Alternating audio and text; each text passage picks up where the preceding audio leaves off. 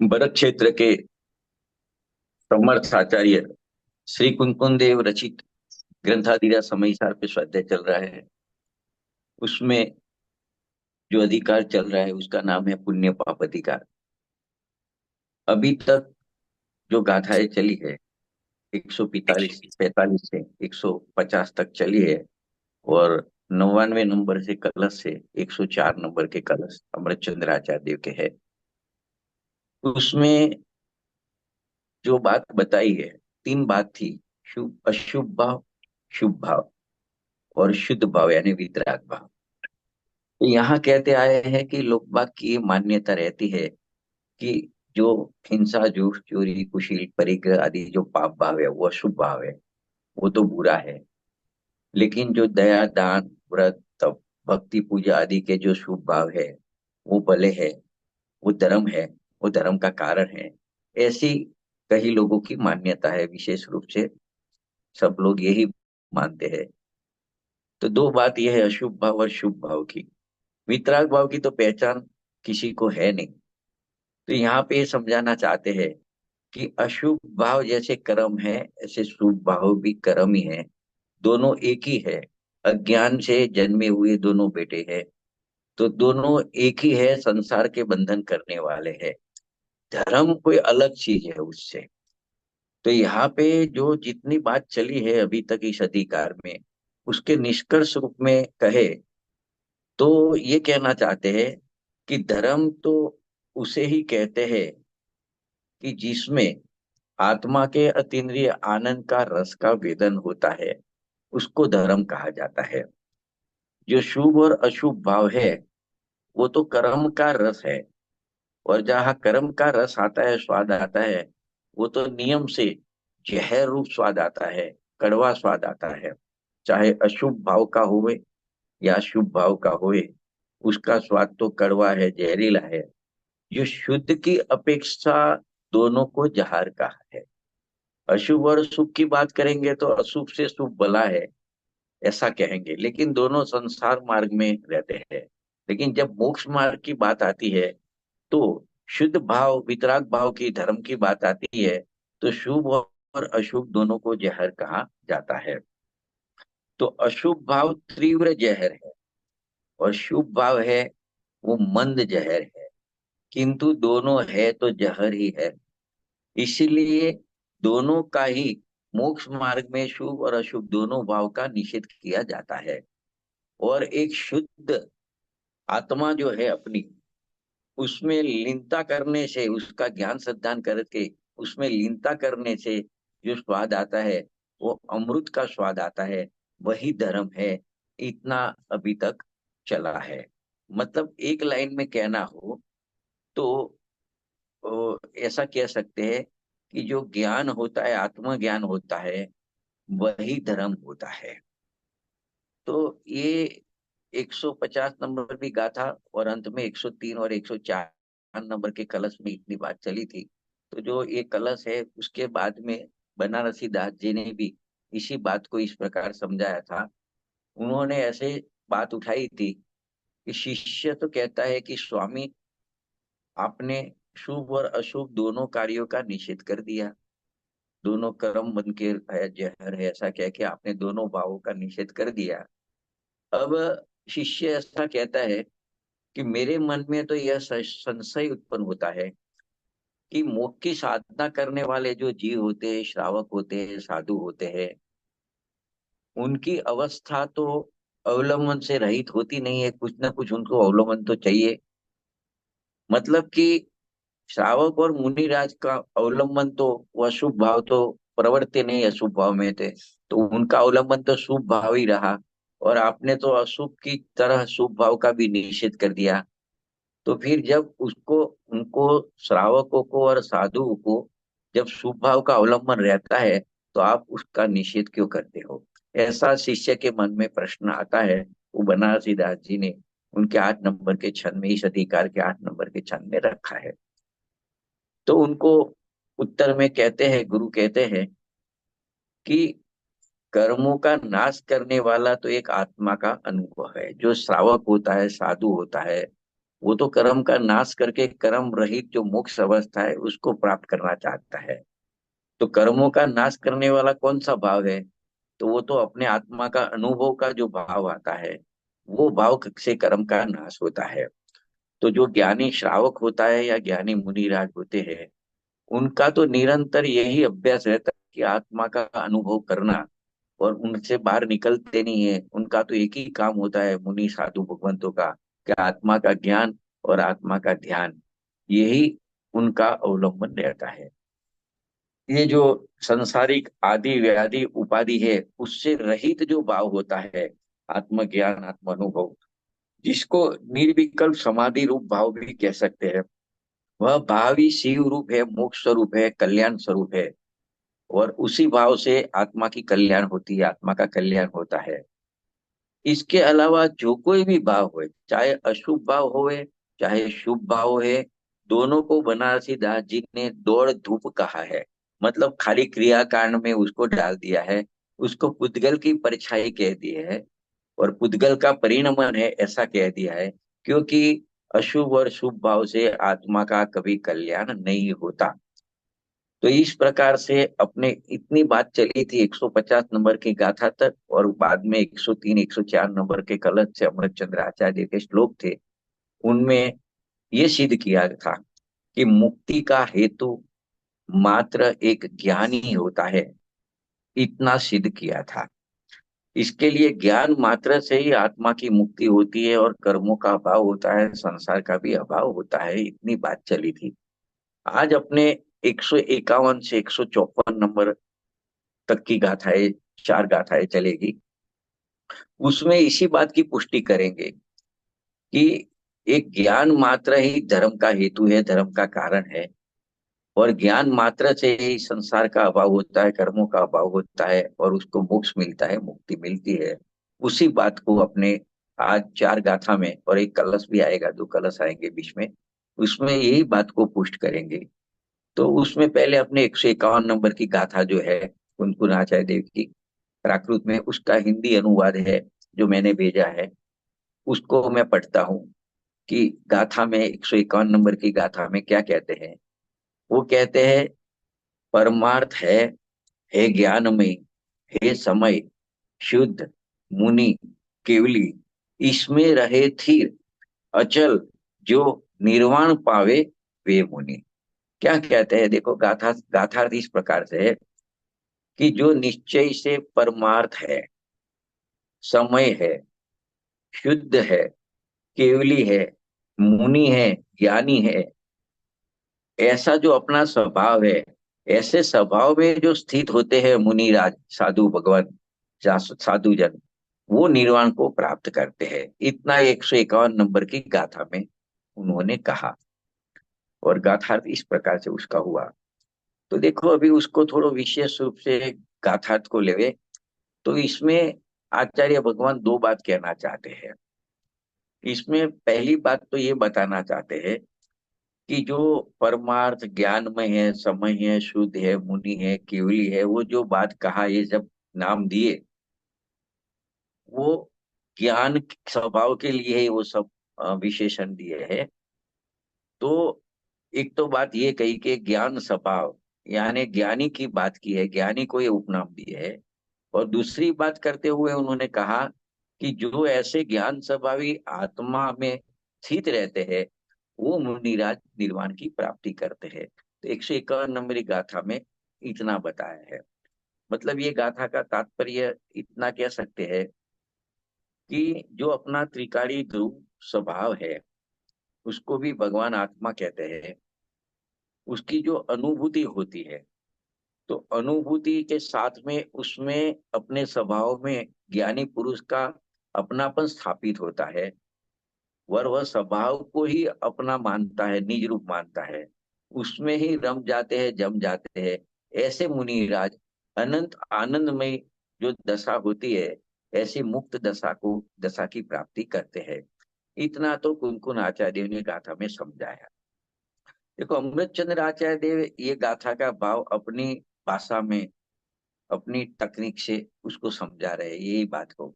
अमृत चंद्र आचार्य देव के 1000 साल बाद कुनकुन आचार्य देव के, उन्होंने सीधा ऐसे बात को उठाई कि मोक्ष का कारण तो ज्ञान है, मतलब ज्ञान यानी आत्मज्ञान लेना है। आत्मा का ज्ञान है, वही मोक्ष का कारण है।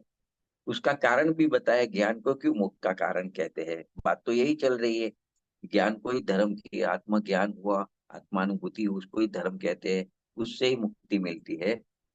तो ज्ञान को मोक्ष का कारण कहा, इसका कारण यह है कि जो शुभाशुभ कर्मों का बंध का कारण नहीं होता है, वही मुक्ति का कारण होता है। और आत्मज्ञान है, वो कभी शुभाशुभ बंध का कारण नहीं होता। आत्मज्ञान में न अशुभ कर्म का बंध होता है, न शुभ कर्म का बंध होता है। मतलब दो प्रकार के बंध में से एक भी प्रकार का बंध नहीं होता, मतलब मुक्ति मिलती है। इसके लिए ज्ञान को मोक्ष का कारण बताया है। वर अमृतचंद्र आचार्य ने पहला पॉइंट बाद में लिया, वह ज्ञान यानी आत्मज्ञान जो आता है, वो कर्म आदि जितनी भी जातियां है, उद्गल की जाति है, उससे भिन्न है। वो आत्मज्ञान, आत्मा तो चैतन्य ज्योति मात्र है, तो आत्मा का ज्ञान भी चैतन्य ज्योति मात्र है। वही परम पदार्थ है, वही आत्मा है। जो उपनाम दिए थे वो सब उन्होंने लिए, वही आत्मा है, वह ज्ञान है। अथवा आत्मा एक ही साथ एक रूप से प्रवर्तमान करता है, कि वो जानता भी है और परिणमन भी करता है। तो उसको समय कहते हैं, जो जानता है परिणमन करता है उसको समय कहता है। तो वही आत्मा को, आत्मज्ञान को समय भी कहा। और वो जो ज्ञान होता है वो समस्त नई पक्षों से रहित होता है, जो अपने कर्ता कर्मधिकार की अंतिम चार गाथा में नक्की किया था कि ऐसा जो आत्मा होता है, आत्मा का ज्ञान होता है, वो समस्त नई पक्षों से मिश्रित नहीं होता है, उससे रहित होता है। और वो मात्र एक ज्ञान रूपी होता है, इसके लिए वो शुद्ध भी होता है। और केवल चैतन्य मात्र होने से उसको केवली भी कहा है। तो जो उपनाम दिए थे उसका भी थोड़ा खुलासा अमृतचंद्र आचार्य ने कर दिया। तो यहाँ ये कहना चाहते अमृतचंद्र आचार्य कि वो मुनि है। क्यों मुनि है? वो केवल मनन मात्र, ज्ञान मात्र भाव स्वरूप होने से वो मुनि भी है। अथवा स्वतः चैतन्य का भवन मात्र होने से सद्भाव भी उसको कहते हैं। इस प्रकार के नाम भेद होते हैं, शब्द भेद होते हैं, फिर भी वस्तु भेद नहीं है। तो इस प्रकार से अमृतचंद्र आचार्य ने कहा, इसमें ये नक्की कराया है कि ज्ञान मात्र को ही मुक्ति का कारण कहा। उन्होंने भी यही नक्की कहा। अभी इसके थोड़े आगे देखे इसी बात को, तो कांजी स्वामी इसी बात का 151 नंबर की गाथा टीका का स्पष्टीकरण इस प्रकार से करते हैं। वो भी यही कहना चाहते हैं कि एक ज्ञान ही मोक्ष का कारण है। क्योंकि जो ज्ञान होता है, आत्मज्ञान होता है, वो शुभाशुभ कर्म बंध का कारण कभी नहीं बन सकता है। इस कारण से आचार्य देव ये कहना चाहते हैं कि जो अपनी आत्मा है, अपना त्रिकारी स्वभाव है, वो चैतन्य स्वरूप भगवान आत्मा है। और उसका ज्ञान सद्धान रूप परिणमन जो होता है, वो निर्मल होता है। और जो निर्मल परिणमन होता है, अपने त्रिकारी आत्मा का ज्ञान सद्धान रूप निर्मल परिणमन होता है, वही धर्म होता है। और वही धर्म मोक्ष का कारण है। तो उनका, कांजी स्वामी ये कहना चाहते हैं कि अपने अंतर में जो अपना विराजमान चिदानंद चैतन्य स्वाभाविक आत्मा है, उसकी पहले दृष्टि बनाए कि मैं कैसा हूँ, मैं कौन हूँ, मैं किस प्रकार से मेरा स्वभाव है। ऐसी दृष्टि बनावे, उसका स्वरूप समझे और उसी में लीन हो जावे। तो अपनी पर्याय में जो निर्विकल्प ज्ञान प्रकट होता है और साथ में अतिथि आनंद का स्वाद आता है, उसको धर्म कहते हैं। और ऐसा धर्म ही मोक्ष का कारण बनता है।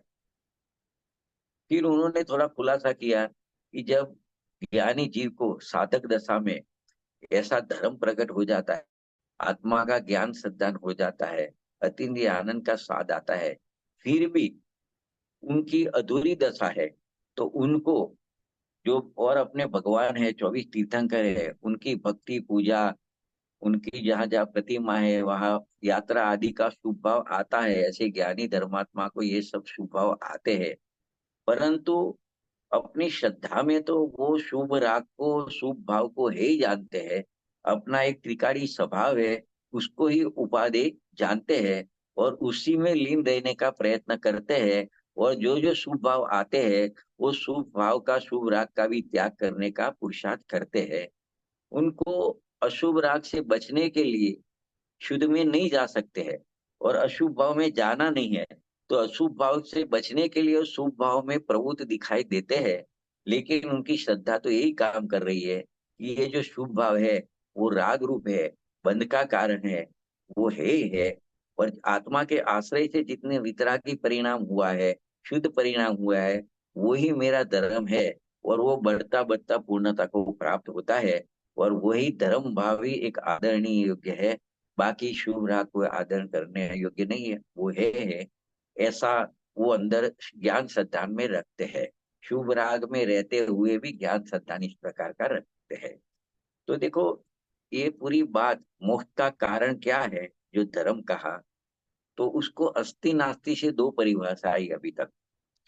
कि अस्ति से बोले तो आत्मज्ञान ही मोक्ष का कारण है, और नास्ति से कहना हो तो शुभाशुभ तरफ से कहेंगे कि शुभाशुभ भाव जो होते हैं वो तो कर्म बंधन का कारण होता है, लेकिन ज्ञान कर्म बंधन का कारण नहीं है, इसके लिए वो मोक्ष का कारण है। तो इस प्रकार से अस्थि में कहेंगे ज्ञान मोक्ष का कारण है, नास्ति से कहना हो तो ज्ञान कर्म बंधन का कारण नहीं है। तो इस प्रकार वो मोक्ष का कारण ज्ञान ही है, आत्मज्ञान ही एक मोक्ष का कारण है। इसके लिए ज्ञान को मोक्ष का कारण कहने में कोई आपत्ति आती नहीं है। और ज्ञान तो ऐसे भी देखे तो आत्मा का स्वभाव है, और वो ज्ञान रूप परिणमन होना, आत्म ज्ञान रूप परिणम होना, वही मोक्ष का कारण बनता है। तो वो ज्ञान परिणमन है, वो राग परिणमन नहीं है। और जो राग परिणमन है वो ज्ञान परिणमन नहीं है।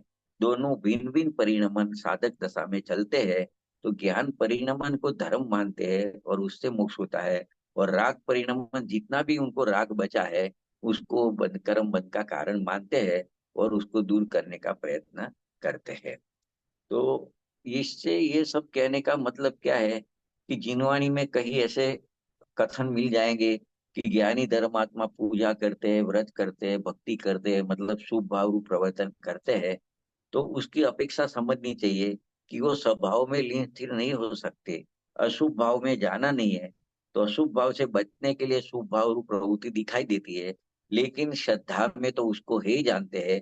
वो राग को दूर करने का उनका प्रयत्न चलता है, और स्वभाव में विशेष विशेष लीनता स्थिरता करने का प्रयत्न रहता है। तो इस प्रकार से जिनवाणी में कोई व्यवहार का ऐसा कथन मिले कि ज्ञानी धर्मात्मा भी शुभ रागु प्रवर्तन करते हैं, दया दान पूजा भक्ति व्रत तप आदि करते हैं, तो शुभ राग का भाव है, तो शुभ राग में प्रवर्त्य है, ऐसा बात आवे तो समझ लेना चाहिए कि इस प्रकार से इसको समझ लेना चाहिए। पंडित जयचंद जी छाबड़ा साहब ने भी दो लाइन में ये पूरी बात निपट दी। उन्होंने कहा मोक्ष का उपादान कारण त्रिकाली उपादान एक अपनी आत्म स्वभाव है। जो ज्ञान है वही आत्मा है, और जो आत्मा है वही ज्ञान है। इसीलिए ज्ञान को ही मुक्ति का कारण कहना योग्य है। इस प्रकार से शॉर्ट में डेट लाइन में पंडित जयचंद जी छाबड़ा साहब ने इसी बात को 151 नंबर की गाथा को समझाया है। अभी देखो ये गाथा पूरी होती है, अमृत चंद्र आचार्य देव ने भी गद्य के रूप में उन्होंने भी थोड़ा समझाया है, लेकिन उनका मन नहीं भरा। तो उन्होंने पद्य में दो कलश, दो श्लोक लिखे। 100, मतलब इसके बाद में तो सीधी कुनकुन आचार्य देव ने इतना समाप्त हुआ, उसके बाद में दो और गाथा लिखी। 152 और 153 नंबर की दो गाथा लिखी। वो दो गाथा में भी यही बात को पुष्ट करते हैं कि ज्ञान ही मोक्ष का कारण है। उसको अलग ढंग से समझाना चाहते हैं। तो देखो 152 और 153 गाथा को देखते हैं।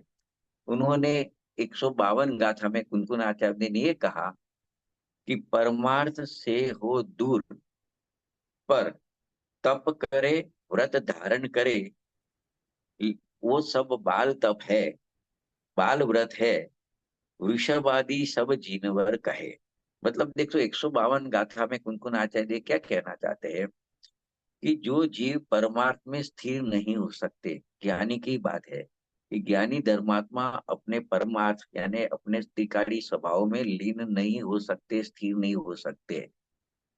और वो तप करते हैं, व्रत धारण करते हैं, मतलब शुभ रागु प्रवर्तन करते हैं, तो देखो, जब ज्ञानी करते हैं उस स्वरूप में स्थिर नहीं होते हैं, नहीं रह सकते तो करते हैं। यहाँ अज्ञानी की बात करते हैं कि जिसने आत्मा का स्वभाव देखा नहीं है, उसका अनुभव किया नहीं है, तो उसमें लीन स्थिर रहने का तो प्रयत्न तो बात रहती नहीं है। तो जब वो आत्मा में स्थिर नहीं रह सकते हैं और फिर तप करते हैं, व्रत धारण करते हैं आत्मज्ञान बिना, आत्मलीनता स्थिरता किए बिना वो करते हैं, तो उनके जितने भी तप है, जितने भी व्रत है, उनको कुनकुन आचार्य बाल व्रत और बाल तप कहते हैं। और कुनकुन आचार्य कहते हैं, मैं नहीं कहता हूँ ऐसा, ऋषभ देव आदि जितने सर्वज्ञ भगवान हुए, तीर्थंकर हुए, सबने आत्मज्ञान बिना के जो व्रत तप होते हैं, उनको बाल व्रत और बाल तप कहा है। ऐसी 152 नंबर की गाथा है। 153 नंबर में गाथा में क्या कहते हैं कि अज्ञानी जीव जो होता है ना, व्रत करे, नियम करे, सब धारण करे, तप शील भी पालन करे, पर दूर हो परमार्थ से, ना मुक्ति की प्राप्ति करे। मतलब ये 153 में क्या कहते हैं कि जिसने अपने आत्मा का अनुभव नहीं किया है, उसको कहा परम अर्थ के बाहर है। वे व्रत नियम को भी धारण करते हैं, शील और तप को भी करते हैं, फिर भी वो निर्वाण को प्राप्त नहीं होते हैं। ऐसा 153 नंबर की गाथा में कहा कुछ गुणाचार्य ने। तो देखो, यहाँ पे दो बात कही। एक तो आत्मज्ञान आत्म स्थिरता बिना अज्ञान से जीव कितना भी व्रत तप करता है, वो बाल व्रत है, बाल तप है। दूसरी गाथा में भी यही कहा कि जो जीव तप करे, व्रत करे, लेकिन मतलब शील करे, लेकिन उसको आत्मा का अनुभव नहीं है, तो निर्वाण को प्राप्त नहीं होता। तो ये दो गाथाओं का भाव इस प्रकार है। उसको अमृतचंद्र आचार्य देव ने इस प्रकार से इसको स्पष्ट किया है कि जो जीव परमार्थ भूत ज्ञान से रहित है, मतलब अपनी आत्मा को जानता नहीं है, अपनी आत्मा का ज्ञान नहीं है, के द्वारा अज्ञान पूर्वक किए गए व्रत तप आदि जितने भी कार्य है, वो सब कर्म बंधन के कारण बनते हैं। एक भी काम उसका मुक्ति का कारण नहीं बनता है। इसलिए आगम में भी इनके इन कार्यों को बाल संज्ञा दी है और उस वो भाव का निषेध किया है, और एक ज्ञान को ही मुक्ति का कारण कहा गया है। तो निष्कर्ष ये निकला ये दोनों गाथा में कि ज्ञान ही मोक्ष का कारण है। क्योंकि देखो, एक अलग तथ्य से समझाते हैं। ज्ञान के अभाव में स्वयं ही अज्ञान रूप होने वाले अज्ञानियों के व्रत तप शील संयम आदि जितने भी शुभ कर्म होता है, तो ऐसा होने पर भी मोक्ष का अभाव होता है। इस कारण ऐसा कह सकते हैं अज्ञान ही बंध का कारण है। क्योंकि और एक दूसरी साइड देखे कि अज्ञान का अभाव है जिसको, वो जीव ज्ञान रूप परिणमन करते हैं। उनको व्रत तप नियम शील तप कुछ भी नहीं होते हैं, कुछ भी शुभ भाव नहीं होता, फिर भी उसको मोक्ष का सद्भाव देखा जाता है। देखो, दो बात समझाई। जिसको आत्मज्ञान नहीं है, अज्ञान है, वो व्रत शील संयम संयम तप कुछ भी करे, लेकिन उसको निर्वाण नहीं होता। और जिसको आत्मज्ञान हो गया है, वो इसमें से कुछ नहीं करता, व्रत तप शील संयम कुछ नहीं करता। जैसे भरत जी देखो, भरत जी को वैराग्य आया, घर में तो वैरागी रहते हैं, और जब वैराग्य उग्र हुआ तो मुनि दीक्षा धारण की, अंतर मुहूर्त में केवल ज्ञान ले लिया, उसमें व्रत तप कुछ नहीं किया। तो जिसको आत्मज्ञान होता है, वो व्रत तप संयम नियम किए बिना भी उनकी मुक्ति होती है। और जिसको आत्मज्ञान नहीं है, अज्ञान है, वो ये सब करता है तो भी उसको मुक्ति नहीं होती। तो इस प्रकार से समझाया है कि ज्ञान ही, आत्मज्ञान ही मोक्ष का कारण है। मतलब इसको इस तरह से कह सकते हैं कि अपनो जो त्रिकाली रूप भगवान आत्मा है, अपनी निज आत्मा है, उसका ज्ञान, उसका श्रद्धान और उसका ध्यान से युक्त जो जीव होता है, वो व्रत तप शील आदि नहीं करे तो भी वो मुक्त होते हुए दिखाई देते हैं।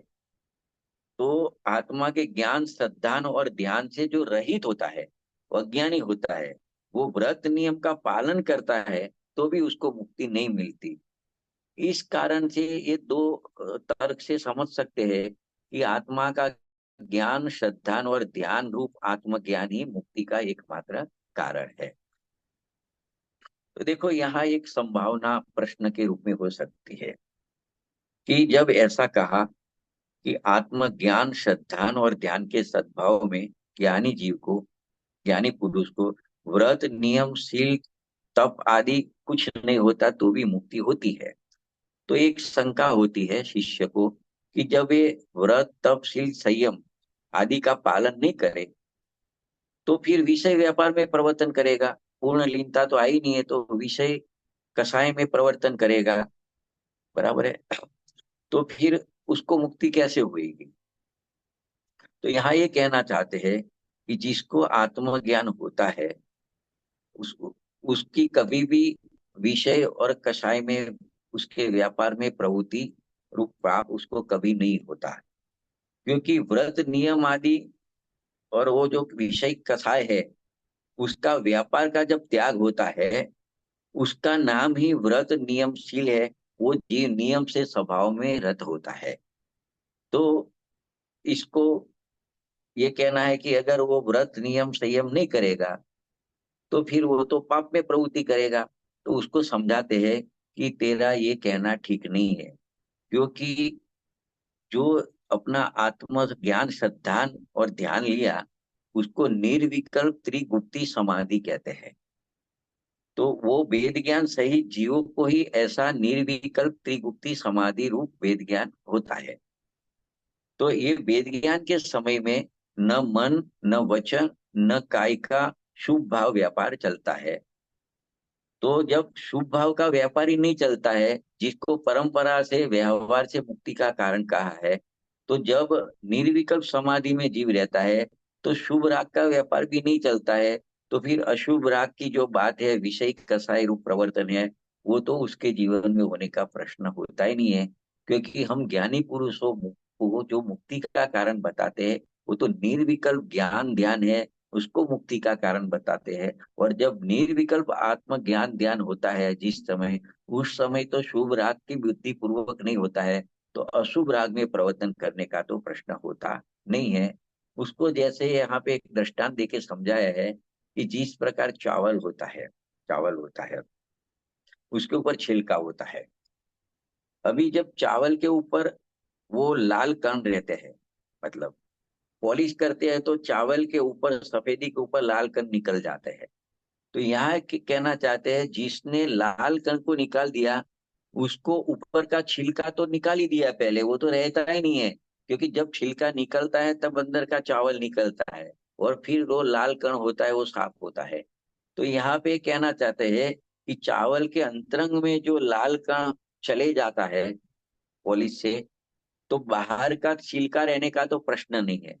तो यहाँ इस दृष्टांत से ये कहना चाहते हैं कि जो मुक्त का कारण धर्म है, निर्विकल्प रूप भाव है, मतलब ध्यान है, तो जब जीव मुक्ति का कारण धर्म रूप प्रवर्तन करता है तो निर्विकल्प ध्यान में होता है, तो शुभ राग भी उत्पन्न नहीं होता है, तो अशुभ राग में प्रवर्तन करने का तो प्रश्न नहीं है। तो यहाँ पे उनका प्रश्न ये था कि आप शुभ राग का निषेध करते हो, व्रत तप नियम संयम शुभ राग का निषेध करते हो, तो फिर उनको शुभ राग नहीं होता है, उसको उसको तो फिर विषय कसा में प्रवृत्ति होती है। तो ज्ञानी पुरुषों की विषय कसा में प्रवृत्ति हो जाएगी। तो क्या नहीं, हम ज्ञानी पुरुष को ज्ञानी तो कहते हैं, लेकिन किस आधार से कहते हैं? उनको निर्विकल्प ज्ञान ध्यान चलता है उसके आधार से हम ज्ञानी कहते हैं।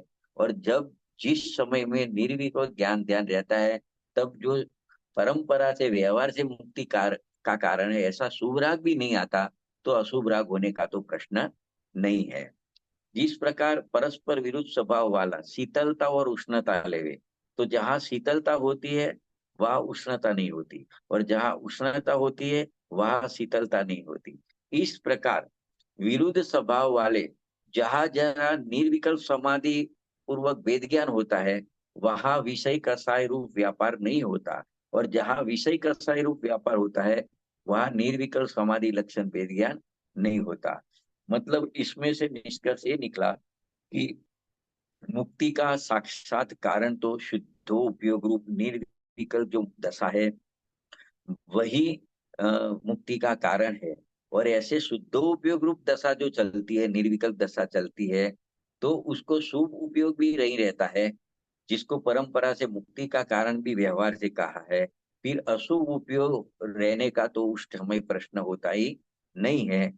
तो शुद्धो उपयोग तो कब कहा जाता है? जब शुभ उपयोग और अशुभ उपयोग अथवा शुभ प्रवृत्ति और अशुभ प्रवृत्ति दोनों प्रवृत्ति का जब अभाव होता है, ऐसी स्थिति को ही शुद्धोपयोग अथवा निर्विकल्प समाधि रूप वेद ज्ञान कहने में आता है। इस प्रकार ये तीन गाथा चली, 151, 152 और 153। इसका निष्कर्ष ये निकला कि ऐसे निर्विकल्प समाधि रूप जो ज्ञान है, आत्मज्ञान है, आत्म अनुभव है, वही ऐसा ज्ञान ही मोक्ष का कारण है। अशुभ राग को तो मोक्ष का कारण नहीं कह सकते, वो तो बंध का कर्म बंध का कारण ऐसा अज्ञानिक भी मानता है। लेकिन शुभ राग होता है, वो भी शुभ कर्मों का, पुण्य कर्म का बंध का कारण होता है, तो वो भी मोक्ष का कारण नहीं होता। तो जब अशुभ राग मोक्ष का कारण नहीं है, शुभ राग मोक्ष का कारण नहीं है, तो शुभ अशुभ राग से रहित जो शुद्ध भाव है, वितराग भाव है, आत्मज्ञान श्रद्धान का भाव है, निर्विकल्प समाधि का भाव है, वही एक मोक्ष का कारण है। इतना इन गाथाओं में समझा। देखो अभी एक गाथाओं पूरी होने के बाद आगामी 105 नंबर का कलश आता है। उसमें भी इसी बात को अमृत चंद्र आचार्य देव पद्य में उसको सिद्ध करते हैं। तो वो क्या कहते हैं, अपने श्लोक का अर्थ लेते हैं सीधे। वो कहना चाहते हैं 104 नंबर के कलश में, श्लोक में, कि जो ऐसा ज्ञान स्वरूप आत्मा है, ज्ञान स्वरूप आत्मा तो सब है, ध्रुव तो सब है, अपना स्वभाव से ध्रुव है, अचल है, लेकिन पर्याय में ऐसा ज्ञान स्वरूप होता है, ज्ञान रूप परिणमन करता है, वही वो ज्ञान रूप परिणमन ही मोक्ष का कारण बनता है। क्योंकि वो ज्ञान रूप परिणमन स्वयं मोक्ष स्वरूप ही है। इसके अतिरिक्त जो कुछ भी है, मतलब अशुभ भाव, शुभ भाव, अशुभ राग, शुभ राग, अशुभ प्रवृत्ति, शुभ अशुभ प्रवृत्ति, वो सब स्वयं में बंध स्वरूप ही है। इसलिए आगम में ज्ञान स्वरूप होने का अथवा ज्ञान रूप परिणमित होने का अथवा आत्मा की अनुभूति करने का ही विधान है कि आपको मुक्ति चाहिए तो आत्मा ज्ञान करो, आत्मा ध्यान करो, आत्मा की अनुभूति में रहो, आपको नियम से मुक्ति मिल जाएगी।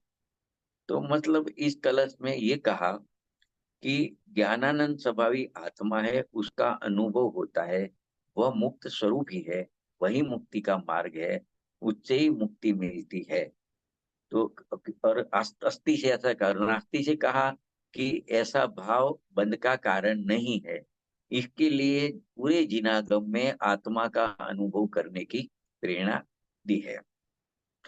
नाटक समीक्षा में बनारसी दास जो जी ने इसी बात को समझाया है। यही कलश के श्लोक के ऊपर उन्होंने एक छंद लिखा है। उसमें ऐसा कहना चाहते हैं कि अपनी जो आत्मा है, अपना जो स्वभाव है हर एक जीव का, वो तो सदा मुक्त स्वरूप ही है, स्वभाव से तो सभी जीव मुक्ति है। लेकिन उनकी कर्तुति जो है, शुभाशुभ भाव रूप विभाव परिणति है, वो बंध स्वरूप है। मतलब बंधन पर्याय में आता है। और कौन सी पर्याय में बंधन होता है? जो पर्याय शुभ अशुभ राग रूप परिणमित करती है, वो पर्याय में बंधन है। स्वभाव तो उसी समय पर्याय में शुभाशुभ राग है, बंध भी है, फिर भी उस समय अपना स्वभाव तो मुक्त स्वरूप ही होता है। तो यह जीव जितने काल तक जहाँ रहता है, उसी भाव को ग्रहण करता है और उसी रस रूप परिणमन करता है। जितना समय तक आत्मा अपने स्वभाव में रहता है, आत्मा स्वभाव का अनुभव करता है, तब तक वो मुक्ति का, मुक्त रूप दशा का निर्वाह करता है। और वो जब अंधा होकर उस कर्तृत्व में आ जाता है, शुभ अशुभ राग के कर्तृत्व में, तो बंधन के चक्कर में पड़ जाता है और बंध की व्यथा फैलने लगती है। मतलब दो बात कही कि जो जहाँ रहता है वैसा बन जाता है, वैसा रस रूप परिणमन करता है। जो जीव अपने चैतन्य स्वरूप आत्मा में रत रहता है, वो ऐसा बन जाता है, वो मुक्ति को निर्वाह करता है।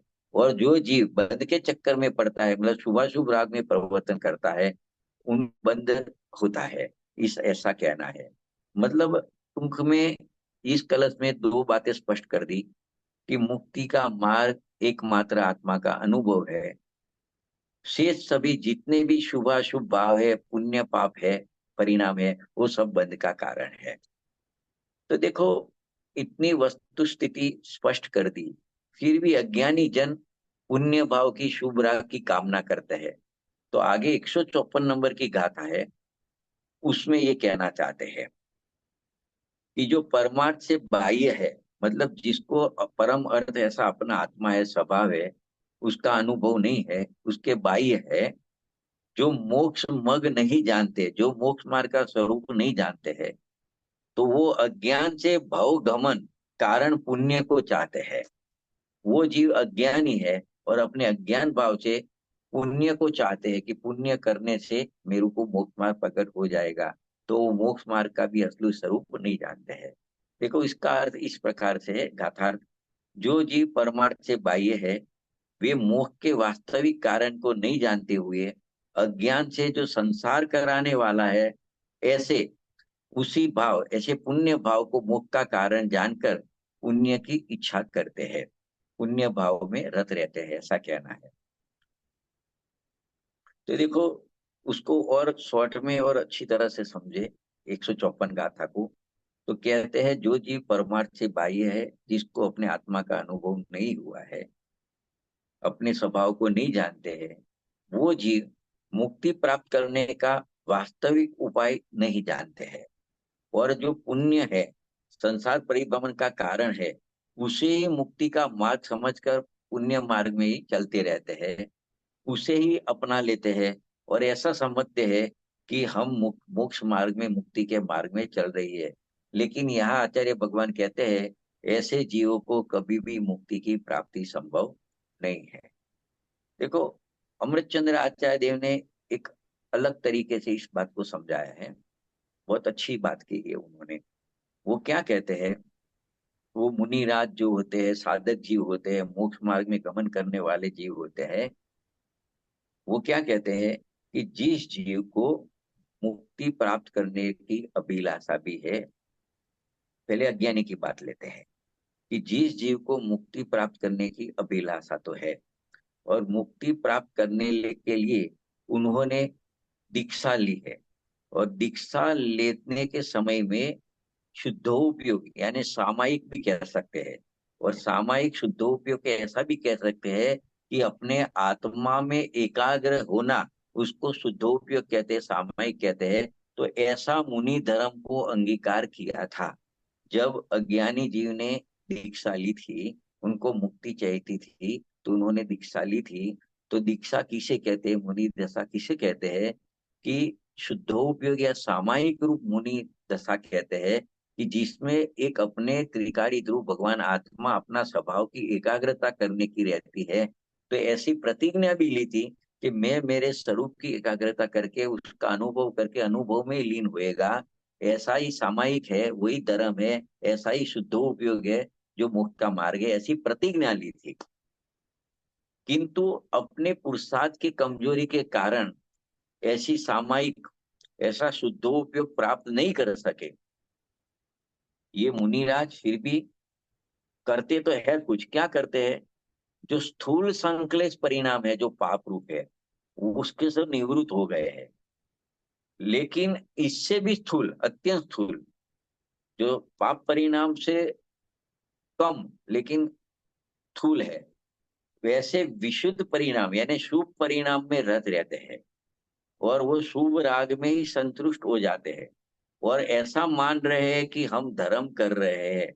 तो यहाँ आचार्य भगवान कहते हैं कि इस शुभ भाव में, पुण्य भाव में उसको कभी मुक्ति की प्राप्ति होती नहीं है, लेकिन वो तो यही मानता है कि यही भाव करने में मेरे को मुक्ति की प्राप्ति होएगी।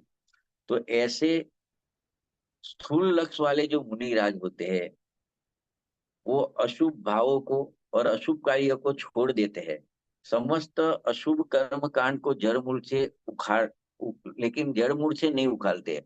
अंदर अभिप्राय में शुभ राग करूंगा, पुण्य का कारण है, उससे धर्म होएगा, मुक्ति मिलेगी, ऐसा अंदर अभिप्राय रह जाता है। तो ऐसे शुभ राग से कोई मुक्ति मानकर शुभ राग में ही मगन रहते हैं। तो कांजी स्वामी भी इस बात को समझ जाना चाहते हैं कि वो आचार्य का नाम देके कहते हैं कि कुनकुन आचार्य और अमृतचंद्र आचार्य देव ये कहना चाहते हैं कि समस्त पाप और पुण्य के भावों को नाश करने से आत्म लाभ की प्राप्ति होती है, आत्म अनुभव की प्राप्ति होती है। और ये ऐसी जब आत्म अनुभव होता है, आत्मा की उपलब्धि होती है आत्मा की, वही मोक्ष होता है। देखो, लेकिन उनका कहना ऐसा है कि कितने ही जीव जगत में ऐसे हैं कि वो मोक्ष को तो चाहते हैं, और मोक्ष का कारणभूत जो सामायिक है उसका असली स्वरूप नहीं जानते हैं। असली सामायिक तो सम्यक दर्शन ज्ञान चारित्र रूप परिणमन होना, उसको ही वो सामायिक कहते हैं। लेकिन जो शुभ राग रूप सूक्ष्म विकल्प होता है, तो उसका तो वहां पे अभाव होता है ऐसी सामायिक में। तो विकल्प मात्र की सामायिक की असली सामायिक होती है।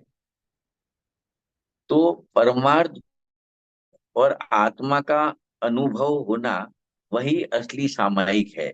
लेकिन ऐसा सामायिक का स्वरूप जो नहीं जानते हैं, कि उनको मुक्ति की इच्छा तो है, अभिलाषा है, लेकिन असली सामायिक का स्वरूप नहीं जानता है।